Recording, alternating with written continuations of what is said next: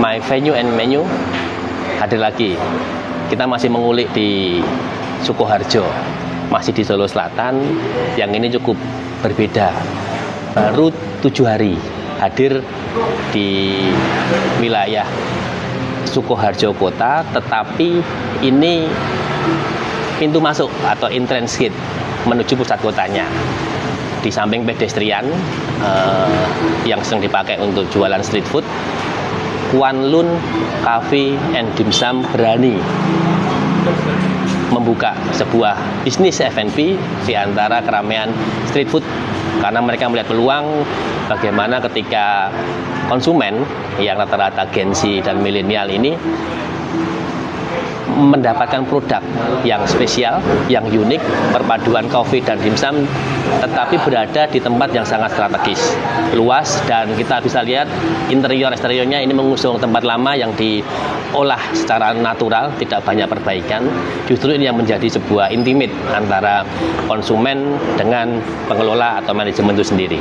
Nah, ini bisa dilihat di belakang seperti apa.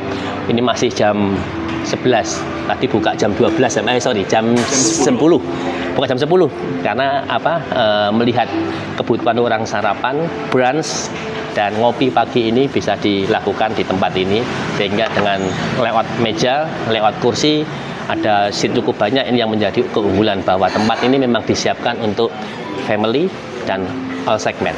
Gitu ya Mas ya. Nah, ini dengan Mas Ovil dan Mas Arga. Beliau selaku operation di sini, PIC dan barista. Nah, ini yang akan kita kulik nih, bagaimana terkait dengan produk yang bisa kita obrolkan. Apa sih sebenarnya yang mereka unggulkan? Lalu bagaimana seminggu ini berjualan di tempat ini, respon feedback dari konsumen, apa yang harus diperbaiki, apa yang harus ditingkatkan, dan apa yang harus dioptimalkan menjadi unique selling value dari Kwanlun Cafe and Dim Sum. Di Sukoharjo tidak banyak yang menawarkan produk dimsum dan kopi, sehingga Kwanlun cukup berani dalam membuat inovasi. Pilihan semakin jelas. Kwanlun memberikan opsi bagi family, bagi khususnya juga ada female, dan tidak terkecuali Gen Z, sehingga di persaingan produk kopi mereka menyajikan kopi dan makanan utamanya.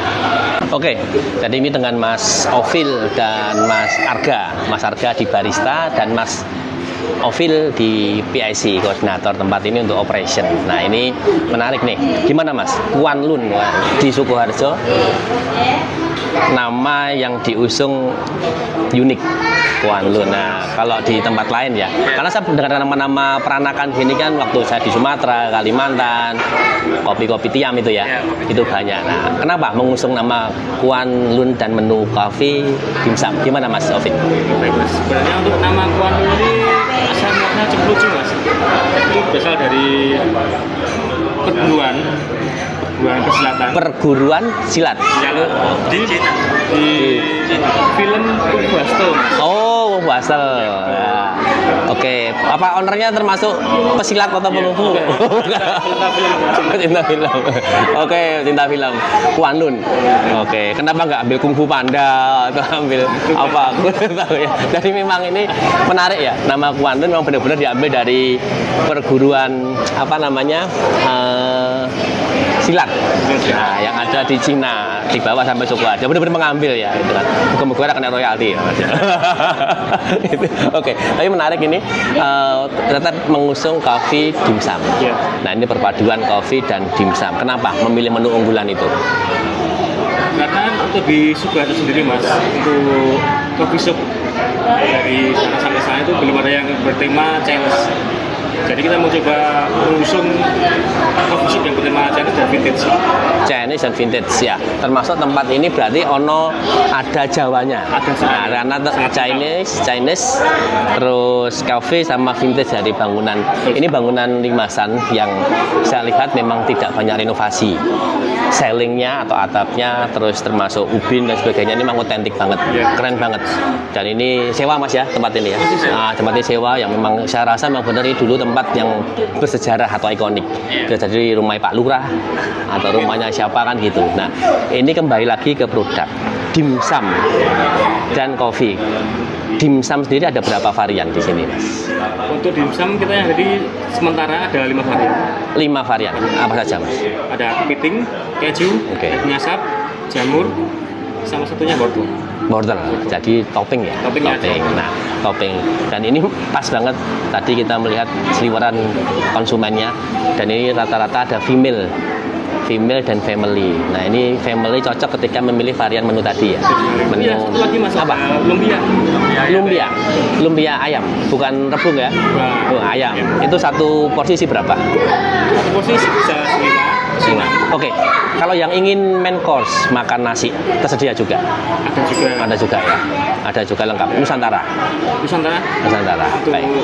Di menu nasi kita ada menu pedas. Dari kita pemilihan biji kopi memang standarisasinya itu benar-benar pengen yang high quality gitu loh. High quality. Iya, dengan harga terjangkau. Iya, tapi kita jualnya dengan harga yang terjangkau. Masih aman lah, ramah di kantong lah. Nah, sebenarnya harga terjangkau, aman, ramah di kantong, betul. Tapi ramah di kantong konsumen, belum tentu aman untuk pemilik ya. Nah, tetapi karena di sini ada produk cross sellingnya yang luar biasa, yaitu dimsum sebagai teman ngopi dan ada menu utama tadi. Nah, ini saya minum tadi Arabica. Nah, Arabica full yang tadi memang seminggu ini buka, berarti cukup banyak Mas ya? Cukup banyak Mas. Untuk penjualan Arabica long black ya. Long black ya, itu banyak. Arabica. Iya, Arabica. Untuk yang house blend juga tersedia. Yang paling best seller Kuanlun ini Mas. Oh, nama ada kopi Kuanlun apa ini? Gula aren? Jadi basicnya gula aren, dia pakai coconut. Oke, gula aren coconut. Ya, memang ini digemari. Mungkin lebih ke segmen female ya, cewek gengsi mama ala-ala yang pengen ngopi aman ya. Tapi kenapa? Begitu strong gitu. Nggak begitu strong kan gitu. Oke. Lalu apa Mas komen dari pelanggan yang datang? Tentang kopi ya? Tentang kopi dulu deh. Sama sudah lama nih pasti di perkopian ini ya. Lumayan ya. Pasti bisa kelihatan kan dari caranya brewing dan sebagainya. Presentasi produknya keren sih ini. Nah, apa Mas komen mereka? Kalau dari kopi sendiri, alhamdulillah sampai sekarang ini masih aman sih Mas. Jadi kayak saya selalu tanya ke customer. Jadi mintanya itu bagaimana? Kita kalau menjual produk tuh misal kita ambil contoh americano ya Mas ya. Kalau khusus cewek kita, misal customer cewek, Kak mau kopi yang mungkin agak sedikit strong atau yang mungkin kopinya itu soft gitu ya. Jadi mungkin nggak semua orang itu bisa menerima kepahitan kopi ya. Ya, betul. Apalagi kepahitan hidup. Menarik ini. Curhat ini ditanya Mas Angga ini. Ya, tapi gini Mas, di Sukoharjo khususnya, saat kemarin jalan-jalan dengan teman-teman ya, pemilik coffee shop. Jadi jangan heran ketika sekarang anak-anak muda, cewek Mas, film dan mak muda kan gitu, itu mulai naik kelas dalam mencicipi kopinya. Yang semula masih ada kopi susu ya dan sebagainya, udah mulai pesan nih rata-rata americano, elok itu kan. Apalagi ada yang pesan americano ketika buka rokoknya kretek gitu. Itu seneng lagi kan gitu. Tapi terjadi ketika bukan hanya karena memang sudah bergeser trennya yang dulu di sini banyak wedangan juga teman-teman kita di street food ya Mas ya. Jadi nggak masalah Kuanlun ini mengambil segmen seperti ini. Nah, kalau untuk produk Mas tadi ada makanan dimsum. Yang menu Nusantara itu tadi ngusung pedas ya? Itu pedas. Itu mulai harga berapa Mas? Untuk menu pedas kita start mulai 15.000. 15.000? Iya. Kalau kopi? Kopi juga kita start dari 13.000. Nah, 15.000 dengan 13.000. Apa yang diinginkan dari pertumbuhan Kuanlun? Mas Oli. Kalau kita ngomongin visi misi ya, visi misi sendiri itu kita memang pengen menyediakan tempat space yang dimana khususnya di Sukoharjo Kota ya. Karena pada pandangan dari kita tuh ngopi. Kadang kita ngopi nih, tapi pengen juga makan. Ya. Makan tapi mungkin bukan makanan yang mungkin western atau kita mau makanan yang kayak ya pengennya makanan yang simpel tapi enak, murah gitu. Dan mungkin french dan apa itu kayak kentang goreng, snack-snacknya itu, snack dan sebagainya itu kita ganti di dimsum. Mungkin orang kalau nggak mau makan berat nasi dan sebagainya itu beli dimsum aja mungkin udah kenyang gitu. Ya, ada opsi dimsum 3.000-an berapa? 3.000-an per biji. Gitu. Oke. Habis itu kita menyediakan tempat yang luas juga, ada yang outdoor dan indoor. Indoornya juga semi outdoor juga ya Mas? Ya, terbuka. Terus habis itu apa ya Mas? Mungkin tambahan dari Mas Sofil. Jadi memang ini untuk dining Mas ya? Memang untuk dining ya. Kalau untuk kegiatan lain seperti meeting mungkin tidak ya. Karena yang dibutuhkan fast moving ya Mas Sofil ya. Jadi orang datang makan segera selesai pergi kan gitu. Jadi kalau untuk siang hari mungkin seperti itu sangat tepat. Tapi tentunya malam lebih ramai dan lebih lama Mas ya? Iya lebih lama. Oke ya. Colokan ready, wifi ready. Nah itu sudah satu paket, satu bundling. Sehingga memang visi misi tadi cocok ya, tepat sekali dipilih dari Kuanlun manajemennya bahwa ingin menyediakan tempat yang menjawab kebutuhan dan keinginan dari konsumen antara makanan dan minuman. Ini berarti halal ya? Nah itu ada nggak yang bertanya mungkin di sosmed atau tanya? Banyak sekali. Ya tapi memang ini halal. Produk ini halal, 100% halal, dan memang tim dari manajemen Kuanlun ini juga memang muslim juga, sehingga ini menjadi sesuatu produk yang bisa dipertanggungjawabkan. Alhamdulillah flow kita udah terbentuk sih Mas. Terbentuk ya? Ya malam hari. Malam. Jadi dinner. Iya dinner. Mulai sore? Mulai sore. Ngeteh ngopi sore gitu? Jam 4 ada ya? Nugas belum? Nugas belum ya. Family ya. Nah, family dan di sini ada corporate atau pegawai-pegawai. Ini hanya selemparan batu dari kantor pemkap. Cuma 1 menit. Nah, ini kalau nanti ancar-ancarnya sebelum pemkap atau sebelum SPBU ya, itu dekat banget. Nah, ini bagaimana bisa menjawab peluang. Dan ini jam istirahat yang luar biasa. Kita lakukan podcast ini di sela-sela operation. Tantangannya apa ini kira-kira di Sukoharjo? Baru buka seminggu kan belum bisa diukur. Dari pertumbuhannya sudah bisa terlihat, tapi kan masih banyak PR. Sana sini, apakah manpowernya nanti mencukupi ketika jam sibuk? Ini kita jam 12 ya. Kan growth-nya tadi naik nih. Ya. Tadi saya lihat juga cukup bingung nih. Belakang maju dan sebagainya. Nah itu apa tantangannya? Itu tantangan yang saya rasakan setelah dari ini. Nah, yang pertama itu untuk jam makan siang. Pertama kita ritmenya belum dapat. Jam makan siang. Oke. Sama makan malam. Oke. Jadi kesini mereka maksudnya masih bingung atau gimana? Jadi mereka di sini mau jam berapa masih bingung. Oke. Jadi gimana ya? Untuk flow-nya itu masih berantakan lah. Masih berantakan. Ya. Ini umum dialami oleh bisnis F&B. Yang makanya kita sering menyebutnya trial opening kan gitu. Ada trial opening, nanti ada soft opening. Nah karena memang ada masa atau fase-fase kita belajar dari konsumen kan gitu, dan internal. Karena dimanapun bisnis F&B yang baru ini perlu trial dan error. Misal gitu tadi kita sampaikan, saya melihat apakah hari ini ada yang kosong nggak masuk barangkali ya. Nah karena teman di belakang bar aja sampai maju nih kan gitu. Nah itu tapi itu umum ya, bagaimana kita services tadi ya, memang tantangan itu yang akan menjadi salah satunya. Tapi kalau untuk produk Mas, tantangan produk selain di operasional tadi apa? Kalau tantangan produk itu sendiri apa ya Mas? Inovasinya atau nyocoknya ya, mencocokkan antara lidah. Iya. Karena gini, belum tentu apa yang otentik. Iya. Misalnya saya ke Sumatera, saya makan mie Aceh, terus saya makan masakan Padang. Ada masakan Padang, kapau, lalu ada rasa-rasa menu yang lain itu, ternyata yang di sana belum tentu kita cocok. Oke, nah ini kita pas nih ngomongkan produk, kita diberikan sajian dari produknya Kuanlun.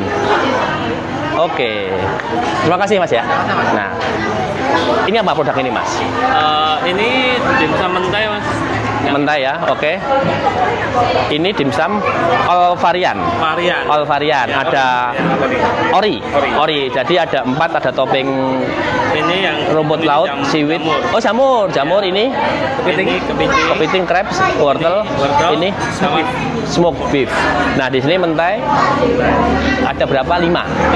Ada berapa? 5. Nah, ini menjadi salah satu salah 2 ya. Ada salah 2 produk yang kita aja, Mas. Nah, kita akan dicoba mencicipi. Tadi kembali ke tadi. Ketika kita makan nih di wilayah atau originnya atau daerahnya yang lahirlah suatu menu itu. Kita makan nasi Padang di sini yang umum, ada yang 10.000, ada yang ya harganya cukup tinggi.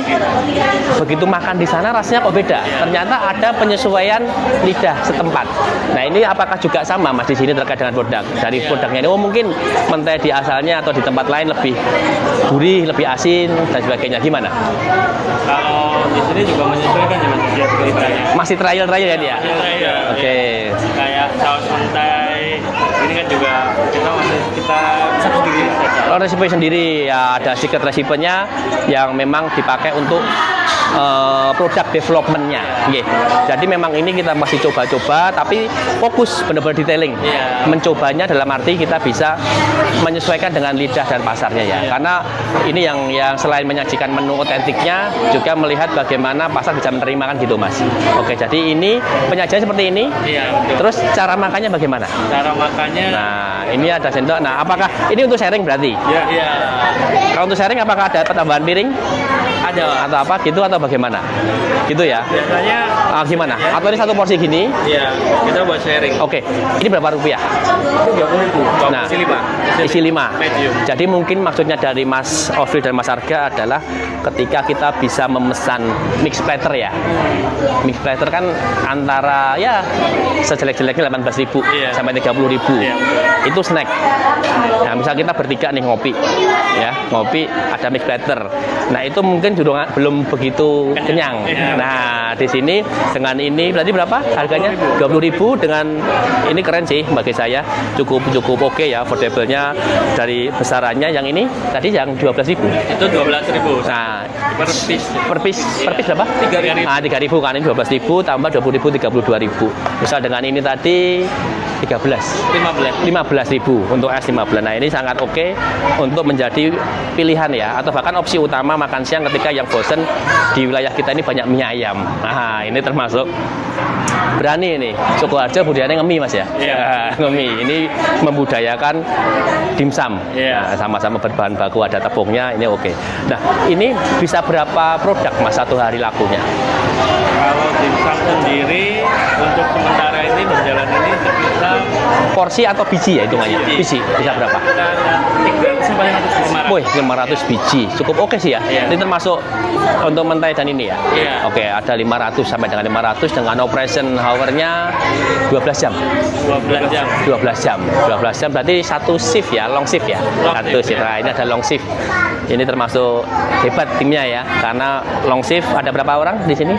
Ada 6 long shift. Ada yang live cook aja ya? Ada ya? Ada.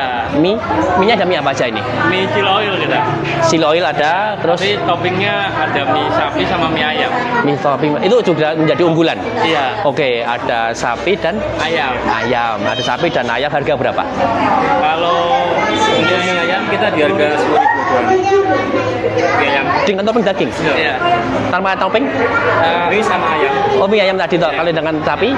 Kalau sapi, beef itu 20.000. Prinsipnya atau intinya di sini tidak sampai 50.000 lah. Sampai 50.000 ya, anggap saja 30.000 rata-rata. Kalau sehari bisa sampai dengan jumlah kursi berapa, Mas? Targetnya ini? Jumlah kursi sementara kalau yang indoor outdoor sampai 50? Ada 50. Ada ya? 50. Indoor sekitar 35, di luar 20-an. 20-an. Oke, berarti yang aja 60-an ya. 60 kalau dengan rotate 12 jam bisa sih sampai di 300 pengunjung dalam satu hari ya. Jadi tinggal memainkan tadi ritmenya. Di mana low, terus high dan peak-nya. Nah, sehingga silahkan ini bagi yang bepergian ke wilayah Solo Raya di Sukoharjo, tapi juga untuk teman-teman Sukoharjo, jangan sungkan untuk mencicipi menu kita. Kwanlun ini halal ya Mas ya? Halal. 100% halal. Don't worry ya, pokoknya halal semua. Silahkan kita cicipi. Ini kita sajian seperti ini. Boleh di sini sekedar nongkrong atau ngopi bersama teman-teman, bahkan makan besar dengan family.